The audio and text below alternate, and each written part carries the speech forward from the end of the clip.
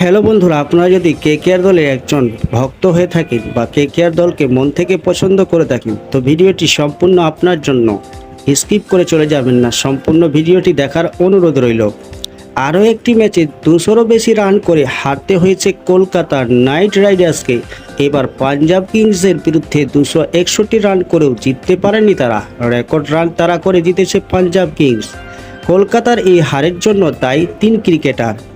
এই 3 ক্রিকেটার কারা, বিস্তারিত আলোচনা করব। তার পূর্বে জানিয়ে রাখি, চ্যানেলে নতুন হয়ে থাকলে অবশ্যই চ্যানেলটিকে সাবস্ক্রাইব করে আমাদের পাশে থাকবেন। কেকেআর প্রথমে ব্যাট করে 261 রান করায় কোনো ব্যাটারকে এই তালিকায় রাখা যাচ্ছে না, অর্থাৎ দলের হারের জন্য 3 জন বোলারই দায়ী। ওই 3 জন বোলার কারা?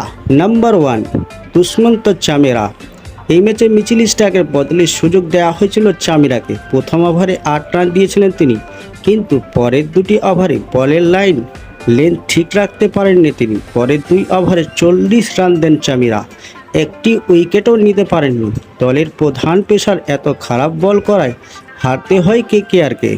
নাম্বার 2 হর্ষিত রানা। চামিরা খারাপ বল করায় দায়িত্ব গিয়ে পড়ে হর্ষিতের ওপর। এবারের আইপিএলে ভালো বল করেছিলেন তিনি, কিন্তু এই ম্যাচে 4 ওভারে 61 রান দিয়েছেন তিনি। নতুন বলের পাশাপাশি ডেথ ওভারেও রান দিয়েছেন হর্ষিত, কোনো উইকেট নিতে পারেননি, তাই তিনিও দলের হারের জন্য সমান দায়ী। নাম্বার 3 বরুণ চক্রবর্তী। এই স্পিনারের রহস্য আর নেই, প্রতিটি ম্যাচে রান দেন বরুণ। তবে এই ম্যাচে যেখানে কেকেআরে আরেক স্পিনার সুনীল নারায়ণ ভালো বল করলেন, সেখানে বরুণকে একটু ভালো বল করা উচিত ছিল। 3 ওভারে 46 রান দিলেন তিনি, কোনো উইকেট নিতে পারলেন না। বরুণ রান দেওয়ায় নারায়ণ যে চাপ তৈরি করেছিলেন তা থাকলো না।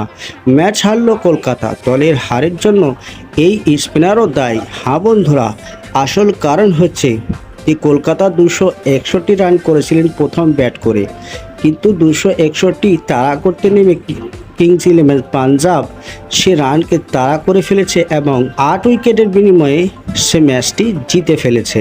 হ্যাঁ বন্ধুরা, এবং এই ম্যাচের জন্য দায়ী যে 3 বোলার, নাম্বার 1 দুষ্মন্ত চামেরা, হর্ষিত রানা এবং বরুণ চক্রবর্তী, তাদের বোলিং লাইন আপ ভালো ছিল না, যার কারণে কলকাতাকে 261 করার পরেও হারতে হয়েছে। এই বিষয়। হ্যাঁ বন্ধুরা, নিত্য নতুন ক্রিকেট আপডেট পাওয়ার জন্য চ্যানেলটিকে সাবস্ক্রাইব করে রাখবেন। ধন্যবাদ।